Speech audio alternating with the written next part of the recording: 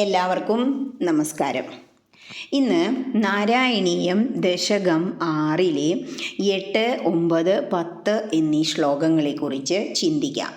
ഹരേ നാരായണ ശ്രോണിസ്ഥലം മൃഗഗണ പദയോർനഖാസ്തേ ഹസ്ത്യുഷ്ട്രസൈന്ധവമുഖാഗമനം ദുകാല വിപ്രാതിവർണഭവനം വദനാബ്ജബാഹോ ചാരൂരുയുഗ്മചരണം കരുണാംബുദേ തേ. ശ്രോണിസ്ഥലം മൃഗഗണ, അരക്കെട്ടിൻ്റെ പിൻഭാഗം മൃഗഗണങ്ങളും, പദയോർ നഖാസ്തേ അങ്ങയുടെ കാൽനഖങ്ങൾ, ഹസ്ത്യുഷ്ട്ര സൈന്ധവമുഖ ആന, ഒട്ടകം, കുതിര മുതലായവയും, ഗമനന്തുകാല സഞ്ചാരം കാലമാകുന്നു. അതായത് ഭഗവാന്റെ നടത്തം കാലശക്തിയാണ് എന്നർത്ഥം. വിപ്രാതിവർണഭവനം, ബ്രാഹ്മണാദി 4 വർണ്ണങ്ങൾ, അതായത് ബ്രാഹ്മണർ, ക്ഷത്രിയർ, വൈശ്യർ, ശൂദ്രർ എന്നീ 4 വർണ്ണങ്ങളുടെ നിവാസസ്ഥാനമാണ്.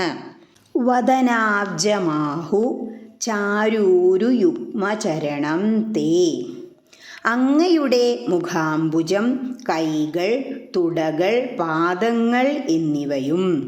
കരുണാംബുധേ, ഹേ കാരുണ്യസാഗരമേ. ഇനി ഈ വാക്കുകളുടെ അർത്ഥമെല്ലാം മനസ്സിൽ വച്ചുകൊണ്ട് ആ ശ്ലോകം ഒന്നുകൂടി ചൊല്ലി നോക്കുക. എന്താ പറയണേ? മൃഗങ്ങൾ അങ്ങയുടെ ജഘനത്തിൻ്റെ, അതായത് അരക്കെട്ടിൻ്റെ പിൻഭാഗവും, ആന, ഒട്ടകം, കുതിര എന്നിവ കാൽ നഖങ്ങളുമാകുന്നു. കാലശക്തിയാണ് അങ്ങയുടെ നടത്തം. ഹേ കാരുണ്യസാഗരമേ, അങ്ങയുടെ മുഖാംബുജം, കരങ്ങൾ, ചാരുക്കളായ 2 തുടകൾ, കാലുകൾ എന്നിവയാകട്ടെ ബ്രാഹ്മണർ, ക്ഷത്രിയർ, വൈശ്യർ, ശൂദ്രർ എന്നീ വർണ്ണഭേദങ്ങളുടെ നിവാസസ്ഥാനവുമാണ്. ഹരേ നാരായണ സംസാരചക്രമയി ചക്രധരക്രിയാസ്തേ വീര്യം മഹാസുരഗണോസ്തി കുലാനി ശൈല നാട്യ സരിൽ സമുദയസ്തരവശ്ചരോമ ജീയാദിദം വപുര നിർവചനീയമീശ. സംസാരചക്രമയി ചക്രധര, സംസാരചക്രം, തിരിഞ്ഞുകൊണ്ടിരിക്കുന്ന ഈ സംസാരചക്രം, ഈ ചക്രധര, അല്ലയോ സുദർശന ചക്രധാരിയായ ഹേ ഭഗവാനേ. ക്രിയാസ്തേ, തേ ക്രിയ, അങ്ങയുടെ ക്രിയയാണ്. വീര്യം മഹാസുരഗണ, വീരശൂരപരാക്രമികളായ വലിയ വലിയ അസുരക്കൂട്ടങ്ങൾ അങ്ങയുടെ പരാക്രമങ്ങളാണ്. അസ്ഥി കുലാനി ശൈല, അസ്ഥികൾ പർവ്വതങ്ങളാണ്. നാട്യ, നാഡികൾ, സരിൽ സമുദയ, പുഴകളാണ്. തരവശ്ചരോമ, മരങ്ങൾ രോമങ്ങളാകുന്നു. ജീയാദിദം, ഇതം ജീയാത്, ഇങ്ങനെ വിജയിക്കട്ടെ, അതായത് എന്നിൽ നിറഞ്ഞു നിൽക്കട്ടെ അങ്ങയുടെ ഈ വിശ്വരൂപം എന്നർത്ഥം. വപു, അങ്ങയുടെ ശരീരം അല്ലെങ്കിൽ ഈ വിശ്വരൂപം. അനിർവചനീയമീശ, ഹേ ഈശ. അനിർവചനീയം, ഹേ സർവശക്ത. നിർവചിക്കാനാവാത്ത, വിവരിക്കാൻ കഴിയാത്ത അങ്ങയുടെ ഈ വിശ്വരൂപം. ഇനി ആ ശ്ലോകം ഒന്നുകൂടി ചൊല്ലി നോക്കുക. എന്താ പറയണേ? സുദർശന ചക്രധാരിയായ ഹേ ഭഗവാനേ, തിരിഞ്ഞുകൊണ്ടേയിരിക്കുന്ന ഈ സാംസാരിക ചക്രം അങ്ങയുടെ ക്രിയയാണ്. അസുരസംഘമാകട്ടെ അങ്ങയുടെ പരാക്രമമാണ്. പർവ്വതങ്ങൾ അസ്ഥികളും നദികൾ സിരകളുമാകുന്നു. വൃക്ഷങ്ങൾ രോമങ്ങളാണ്. ഹേ ഭഗവാനേ, അനിർവചനീയമായ അങ്ങയുടെ ഇപ്രകാരമുള്ള സ്വരൂപം എന്നിൽ നിറഞ്ഞു നിൽക്കട്ടെ. ഇനി അവസാനത്തെ ശ്ലോകത്തിൽ ഇതുവരെ പറഞ്ഞ ഈ വിശ്വരൂപ വിവരണത്തിൻ്റെ ഉപയോഗം എടുത്തു കാണിക്കുകയാണ്. എന്നിട്ട് പ്രാർത്ഥനയോടുകൂടി ഈ ദശകം അവസാനിപ്പിക്കുകയാണ്. ഹരേ നാരായണ. ഈദൃഗ്ജഗന്മയവപുസ്തവ കർമ്മഭാജാം കർമാവസാനസമയേ സ്മരണീയമാഹു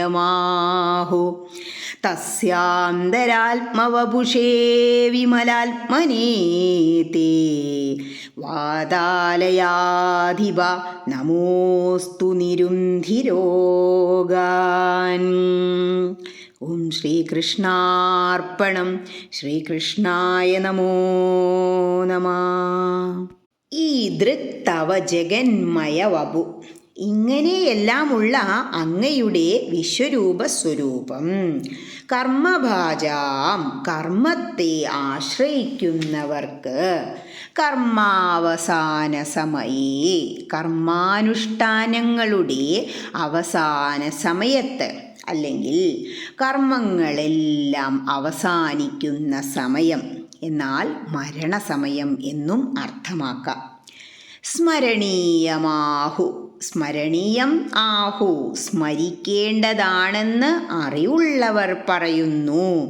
തസ്യാന്തരാത്മവപുഷേ, തസ്യ അന്തരാത്മവപുഷേ, ആ വിരാട് ശരീരത്തിൻ്റെ അന്തര്യാമി രൂപനായിരിക്കുന്ന, അതായത് ഈ വിശ്വത്തിൻ്റെ തന്നെ അന്തരാത്മസ്വരൂപനായിരിക്കുന്ന വിമലാത്മനേ, വിമലാത്മനേ നിർമ്മലനായ പരിശുദ്ധാത്മാവായ, വാതാലയാധിപ ഹേ ഗുരുവായൂരപ്പ നമോസ്തുതേ, അങ്ങേക്ക് നമസ്കാരം. നിരുന്ധിരോഗാൻ, രോഗങ്ങളെ ശമിപ്പിക്കണമേ കൃഷ്ണ.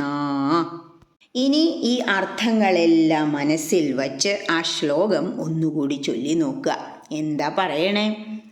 കർമ്മികൾക്ക് കർമാവസാനമായ മോക്ഷകാലമെത്തുമ്പോൾ, എങ്ങനെയാ മോക്ഷകാലം എന്ന് പറയുന്നത്? എല്ലാ കർമ്മങ്ങളും കർമ്മയോഗമായി ഈശ്വരാർപ്പണമായി ചെയ്തു കഴിയുന്ന ഒരു വ്യക്തിക്ക് അവസാനം മോക്ഷമായിരിക്കും. അങ്ങനെ മോക്ഷകാലമെത്തുമ്പോൾ സ്മരിക്കാൻ യോഗ്യമാണ് അങ്ങയുടെ ഈ വിശ്വാത്മക സ്വരൂപമെന്ന് അഭിജ്ഞന്മാർ പറയുന്നു. ഹേ ഗുരുവായൂരപ്പ, വിശ്വത്തിൻ്റെ അന്തരാത്മസ്വരൂപനും പരിശുദ്ധാത്മാവുമായ അങ്ങേക്ക് എൻ്റെ നമസ്കാരം ഭവിക്കട്ടെ. ഹേ ഭഗവാനെ, എൻ്റെ സർവ്വരോഗങ്ങളെയും ശമിപ്പിക്കണമേ എന്ന് പ്രാർത്ഥിക്കുകയാണ് ഭട്ടതിരിപ്പാട്. ഭഗവത്ഗീത പറയുന്നുണ്ട്, എല്ലാ കർമ്മങ്ങളും കർമ്മയോഗമായി ഈശ്വരാർപ്പണമായി ചെയ്യണം എന്ന്.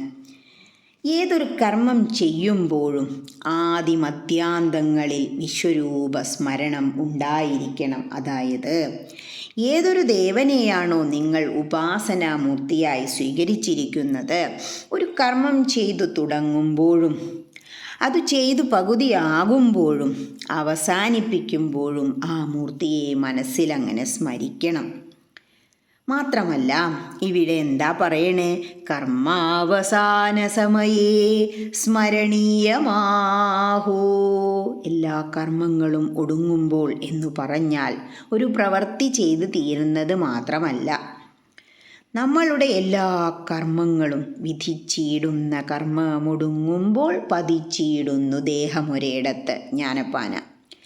എല്ലാ കർമ്മങ്ങളും ഈശ്വരാർപ്പണമായി ചെയ്തു കഴിഞ്ഞാൽ നമ്മൾക്ക് മോക്ഷം ലഭിക്കണമെങ്കിൽ അത് ഈശ്വരാർപ്പണമായ കർമ്മങ്ങൾ, പൂർണ്ണമായ മനസ്സോടുകൂടി ഭഗവാൻ അർപ്പിച്ച കർമ്മങ്ങളായിരിക്കണം. അതാണ് ഇവിടെ കർമാവസാന സമയേ എന്ന് പറയുന്നത്. നമ്മുടെ കർമാവസാനം എന്ന് പറയുമ്പോൾ അത് മരണം കൂടിയാണ്. എല്ലാ കർമ്മങ്ങളും തീർന്നു കഴിയുമ്പോൾ നമ്മുടെ ശരീരം ഒരിടത്ത് പതിക്കും. അപ്പോൾ ഏത് കർമ്മം ചെയ്യുമ്പോഴും നമ്മൾ എങ്ങനെ ചെയ്യണം? ഈശ്വരാർപ്പണമായി ഈശ്വര സ്മരണയോടുകൂടി ചെയ്യണം.